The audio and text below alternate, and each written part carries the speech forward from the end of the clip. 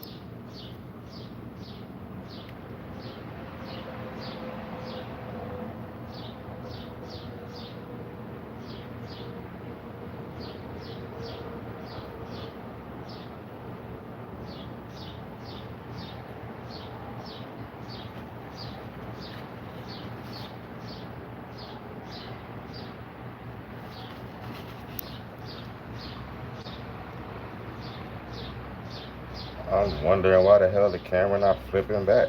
I'm like, okay, camera, and I'll flip back. I'll flip back, camera. Anyway, man, my dad made me cry today, y'all.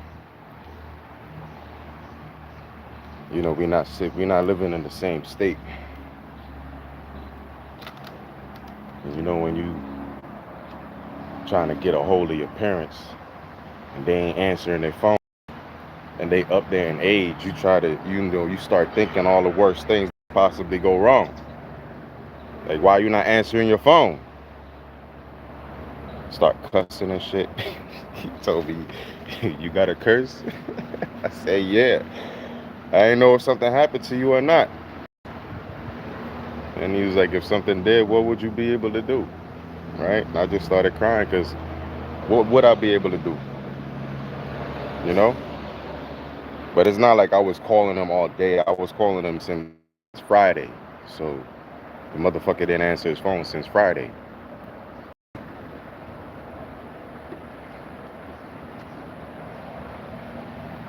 But I'm saying that to say it made me realize that I was holding myself back. I was I was giving people chances that didn't deserve chances. I was giving people leeway. I was being a hypocrite, telling y'all don't let shit slide because once you let shit slide, niggas think they can ice skate uphill like Blade said in the movie Blade when Blade was killing all them vampires.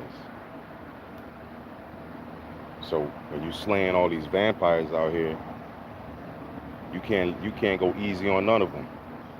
Just like with his mom, he had to hold her in his hands and they brought her outside into the sunlight and she passed away.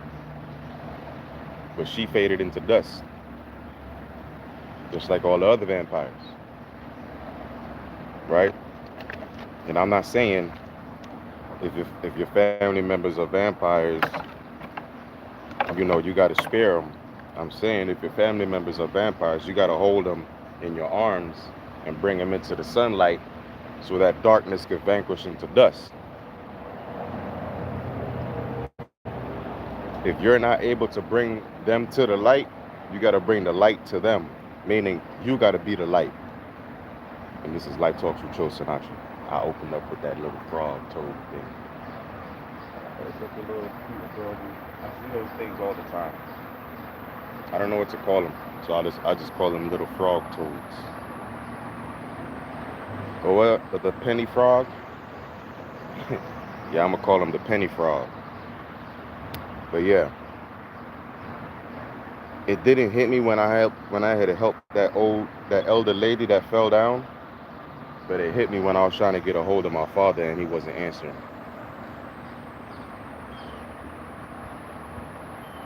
Mm. And even though so many people out there is, doing evil eyes, sending magical spells or whatever witchcraft they doing, I would never wish death on nobody, and I would never wish nothing on nobody's family, especially their parents. When I'm out here telling you to forgive your parents because you are your parents, you're 50% your mom and you're 50% your dad, so you're half woman and half man. I wouldn't wish nothing on nobody's family. If anything, I wish everybody would heal so everybody could find the Most High and find that relationship with themselves that you could then cultivate and then have a relationship with everybody else. I'm not someone that's going to sit there, no matter how upset I am, no matter how sad I am, no matter how depressed I might be, no matter what, I'll never take my energy and evilly and devilishly aim it onto somebody else negatively. You know, I'd rather come outside and sit in nature, and I rather curse at God than to curse at anybody else. Because at the end of the day, the Most High, my ancestors, my angels, my protectors, my spiritual team, they could take all that shit that I'm talking because they know I'm talking shit. But somebody else in this physical realm with me, it's different because they're not transcended like how your ancestors and your angels and spiritual team and the Most High is transcended, right? We might be able to shed the flesh and embrace the soul. We might be able to shed the flesh and embrace the spirit and embrace the Holy Ghost and the Holy Spirit, but we're not transcended yet. We might transcend knowledge. We might transcend advanced intelligence. That's why I said it's advanced intelligence versus artificial intelligence, because we the advanced intelligence. We the ones came from planet Cybertron, and we here to free the people of Earth. That's why they got the Cybertruck, but we don't work for Elon.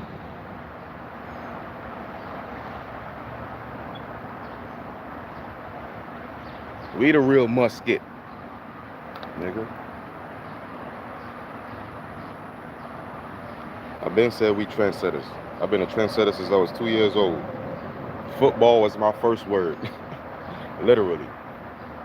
Football was my first word. And then my father's coach seen me kicking the soccer ball and he told him I want him. I was there. Because he pointed at me. And then the next day, I was going to football practice. And then the day after that, I was officially a trendsetter. And I was 2 years old. I've been a trendsetter since I was 2. So I've been setting trends. I've been doing this. I've been living this, breathing this, breathing this into other people, breathing life. I've been crying, begging the Most High, begging God at the time. I was just calling a God with lack of understanding, just looking up to the stars. A little itty bitty boy with the dreams of being an astrologist, but didn't know what the hell astrology was until he seen a star travel across the sky and wished for a bike. Woke up the next day, he got him a bike. What child do you know made a wish and then got up the next day and the wish was fulfilled? And he didn't tell nobody. I didn't tell nobody that I made that wish. It was the night before. It was literally the evening before my birthday. It was the eve of December 10th. It was December 9th. And it was dark. And I was sitting right outside my grandmother's door, like I'm doing right now on this live. And I was looking up to the sky, talking to myself. Well, I was talking to my mother, but I was talking to myself. But I was just speaking to the sky. I was just, doing what the church said, right? When you're praying, it's like you're having a conversation with God. So just have your conversation. So I was having my conversation. While I was having my conversation, I was thinking about everybody that had bikes, everybody that didn't share with me when they had their bikes, I was thinking about the kids in the neighborhood that bullied me when my cousin he had let me ride his bike, but then they had put this nail with a block on right in front of the back tire, and then they told me my cousin was calling me, and then they told me to go quick. So as soon as I started riding off, the fucking back tire got punctured by the nail, and then my father beat me because he had to pay for the repairs. So I was just thinking about all that, thinking about how I ain't like them. I didn't think about nothing bad happening to them. I might have thought about, I might have pictured myself beating them up because they was older than me and they was bigger. They were bigger children. So I was, naive. And then when that happened, me and my cousin got into an actual physical fight because of it. And that's okay. I had to take responsibility because, you know, and I knew responsibility at that small age because my father beat it into me since I've been a trendsetter. So put two and two together.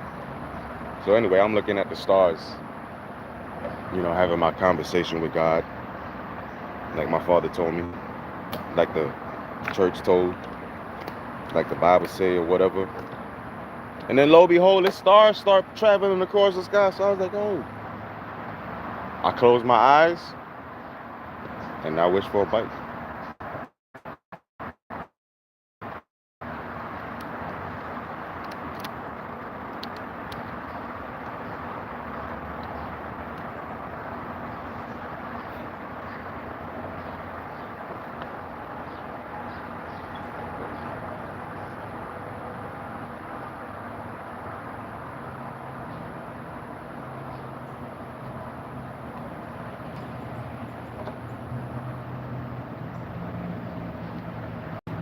My grandmother bought me that bike. She gave my dad the money.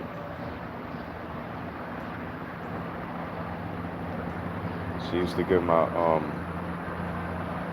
dad and my grandmother.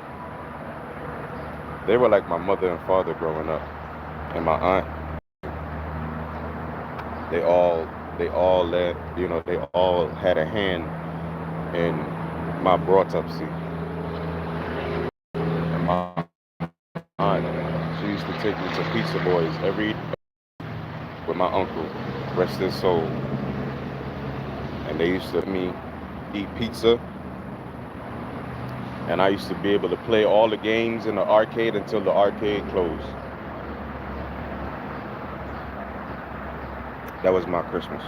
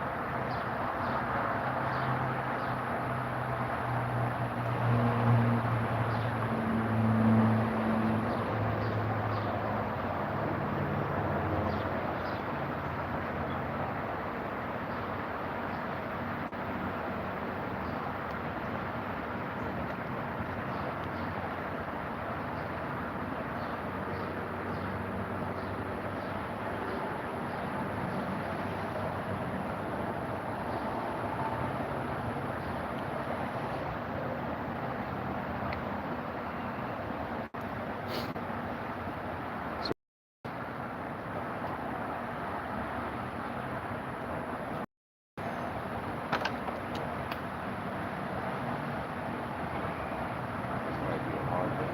I thought yesterday was hard, so I took off for work.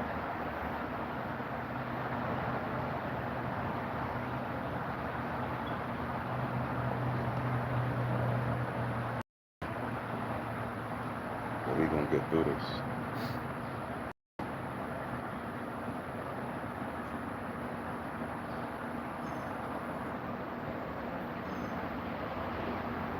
All these raindrops are falling on my head.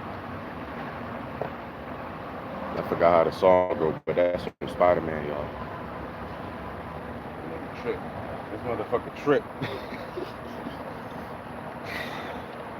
Glad I thought about that. Something to make me laugh. Yo, I don't even know if they put that shit in the script. He just tripped walking down the street, and they said, "Nah, we're gonna keep it." It makes you look more human. It don't make you look like Spider-Man. I think it was like the first couple times without his glasses, or he had just finally, started getting his life together. Because Spider-Man was only he was like 19, 20 years old. Spider-Man wasn't 30 something, 40 something years old. When we was young watching Spider-Man, I thought Spider-Man was a grown-up. Now that I'm a grown-up, I realize all the superheroes is 19, 20 years old. They all us when we in high school. All the superheroes is like 19, 20. No superhero outside of like Green Lantern, Batman, Superman. I think even Superman is young.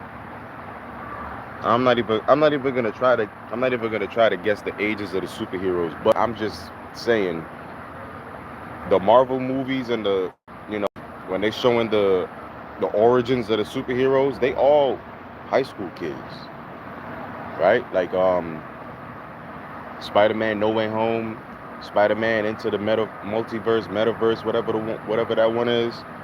They school kids beating on the system, right? School children going at the system. They just put superhero costumes on them and supervillain costumes on the other side. We look at it as good and bad, but we know the system's bad. But whoever they put as the supervillain, that supervillain has an origin story that comes from abuse, having his father come home from work or his mother come home from work, both of them tired and exhausted, hate their life, so they can't show no love to the children that they have because they don't love their own life. They don't love their own self. So if they don't love themselves, how can they love you? So they come home, they beat their children, they take their anger out on their children. They say that it's their fault, that their life was messed up when the child didn't even ask for you to go and have sex with that woman.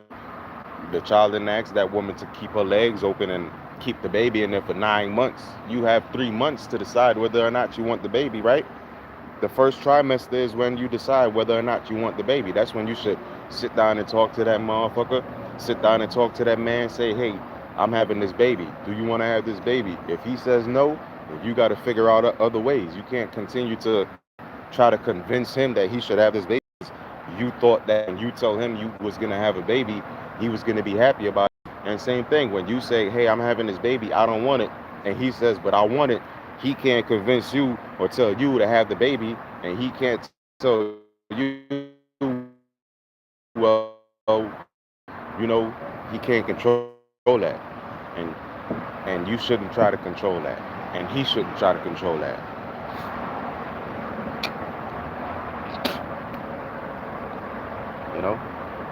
But that's where the evil villain baby comes from. And sometimes it comes from when you meet your superheroes, like in The Incredibles, right? When what's his name? Buddy. He told Buddy to go home, he work alone. That turned Buddy into a supervillain. He met his superhero. He met his favorite superhero in the world, and his favorite superhero in the world wasn't like Optimus Prime. He wasn't kind. He wasn't soft. He wasn't gentle, right? When you're a leader, you got to learn how to be gentle. That's why I'm gentle. I'm not out here on that bullshit like I was, just being reactive to certain things, just trying to fight and having that be how I solve my problems. No, I found a reason and a purpose to fight. So now any other Any other pettiness that's going on is just small petty shit that, you know, the foot soldiers handle. Like the foot soldiers get into back and forth arguments over who's the best basketball player, who's the best MC, Biggie, Jay-Z, and Nas, who's the best actor, Will Smith or Denzel Washington, right? But when you're an actual leader and you're like Optimus Prime, you know, you put Bumblebee in charge of all of that other shit, right? You put Ironhide in charge of all that other stuff when you go handle what's her name, right? The I forgot the lady, the robot name that built all of them when Optimus Prime was going to Cybertron to see what's going on, and he went to fight Megatron, right? So the only person that Optimus Prime really fought was Megatron. The other dude that betrayed him, that killed Ironhide, I'll never forget that dude. He's a fire truck that killed Ironhide, man. When Ironhide died, they killed the Ford F-150. The Ford Raptor. After the Ford Raptor died in Transformers, they barely had any commercials for the motherfucking Ford Raptor. And I know it because I like the Ford Raptor is my favorite Ford, and the only reason I like the Raptor is because of fucking Ironhide. Shit, they need to pay tribute to Ironhide and make a Ford F-150 Raptor Ironhide edition. I would go broke buying that truck. A lot of people would go broke buying that truck. Ironhide, Ford Raptor, shit. What? And I know the way that they're gonna design it to make it look very, very, not just futuristic, but it also fits into, you know, the everyday car, right? To make it appealing to the everyday man and the everyday woman and the everyday teenager that is enthusiast of Transformers, and they rock with Ironhide. They'll put some like you know how the eyes are the lights, so they'll put some fancy designs around there. Then they'll put some, like, they'll actually make the frame. Oh man, I think they'll do a good job if they make an Ironhide Ford Raptor. They need to. They need to do a proper tribute to Ironhide with the Ford Raptor, right? And we in Texas, and Ford built tough, and Ford is the #1 truck in Texas. So what's up, Texas? Shoot, that'll probably be the truck of the winter, the truck of the summer, the truck of the year. Shoot, the truck of all 4 seasons. Y'all make an Ironhide Ford Raptor. And y'all can make a legacy edition where you go all out on the bells and whistles and you only make like 100 of them. And then you charge like $200,000 for the, you know, for like the first, no, you charge 150K for like the first 25, and then you jack the price up to like 200,000 for the rest of them, so you can see, you know, how that sale is gonna really rock. I'm over here talking about Transformers because I was over here tearing up. That shit caught me off guard. I had to walk away from the damn camera. I'm crying on the internet. I always talk shit about people crying on the internet, but those people, they come on the internet to cry. I came on the internet. Look at this butterfly. Hey, little buddy.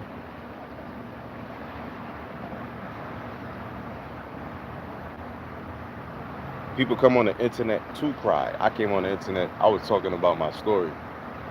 And then that's, you know, you get to a certain point that you never speak out loud about, and then you speak out loud about it. And for the first time, you hearing yourself talk about it, not just reliving it in your mind, but hearing yourself talk about it. So sometimes the dam breaks and the river starts flowing. And I'm not against, you know, I'm not against crying on the internet. I just never thought that would happen to me. Because what the fuck you coming on the internet to cry for? right? Like if it's happening while you in the middle of your story and you just get choked up, you can't help that. You can't help when you get choked up. You can't help when you get choked up and you feel like you got a little inflammation in your nose and you feel like, you know, all that cold and all that mucus is just building up in your chest because you feel like crying. You can't help that feeling, but you setting yourself up to come on here to cry, that's some scheming shit.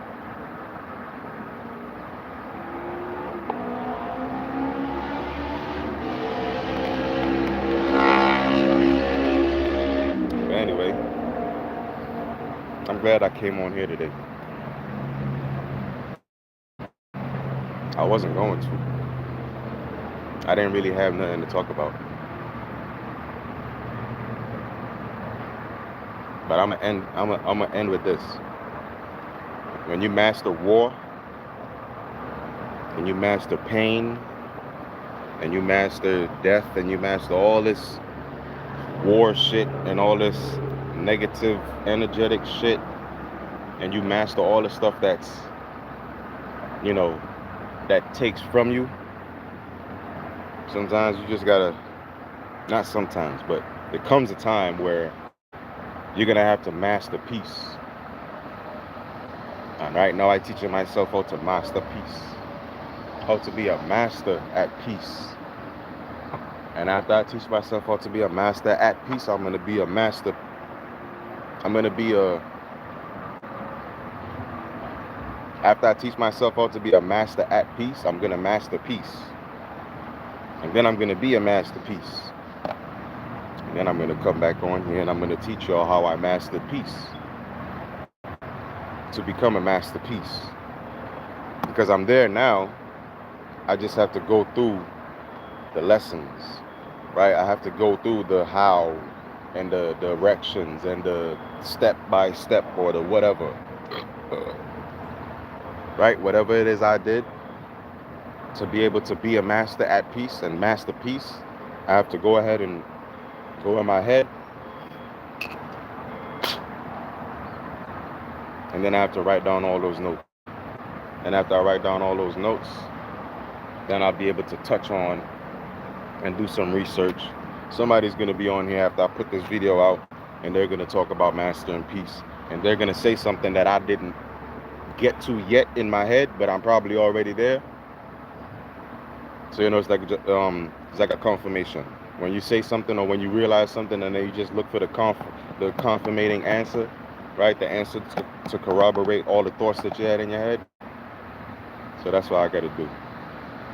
So when you master war and you're a master at war and you can fight anybody and anything and you're always ready to go and fight and risk your life and lose everything, then you got to master peace.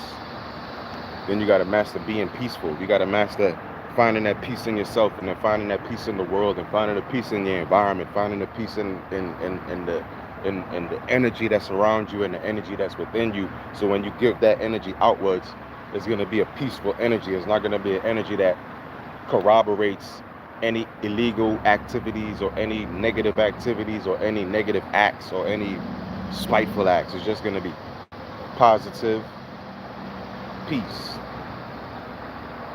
right? That P don't only stand for peace, it stands for positive. And it don't only stand for positive too, it stands for peace. And it stands for prosperity. Remember, I tell you, nothing can prosper unless you're in peace. Nothing can prosper unless it's in peace. So unless you're in peace, you can't prosper.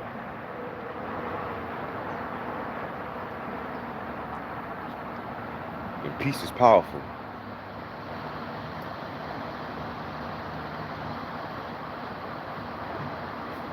You know how much power a man has when he's in peace? You know how much power a woman has when she's in peace?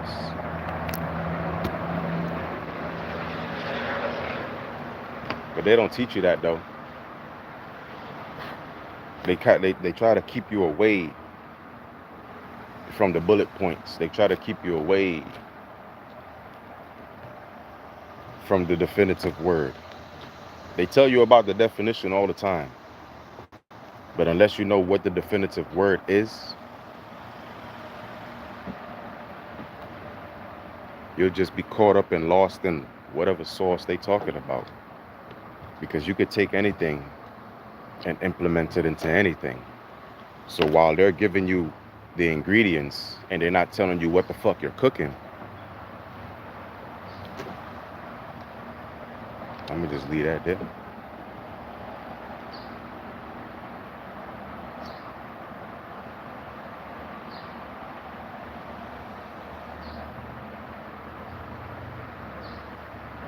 I appreciate y'all tapping in though. I see the comments. What's up, Louisiana? What's up, Russia?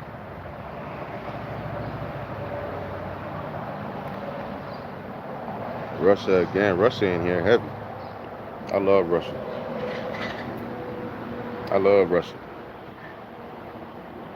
I love Russia.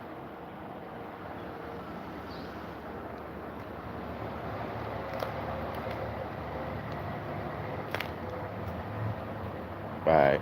I might, well, hit up my Instagram, yo. Because I'll be posting up videos. I'll be posting pictures. I'll be there when I'm not on YouTube. When I'm not on YouTube, I'm on Instagram. When I'm not on Instagram, I'm on YouTube. But either way, I'm always here. I'm like that Lone Star song. I'm already there. I'm like the police from Grown Ups 2 with the dude with the skis on and the gun in his hand. We're already here. Follow my Instagram at I am Trill Sinatra. TRILLSINATRA. I'm out.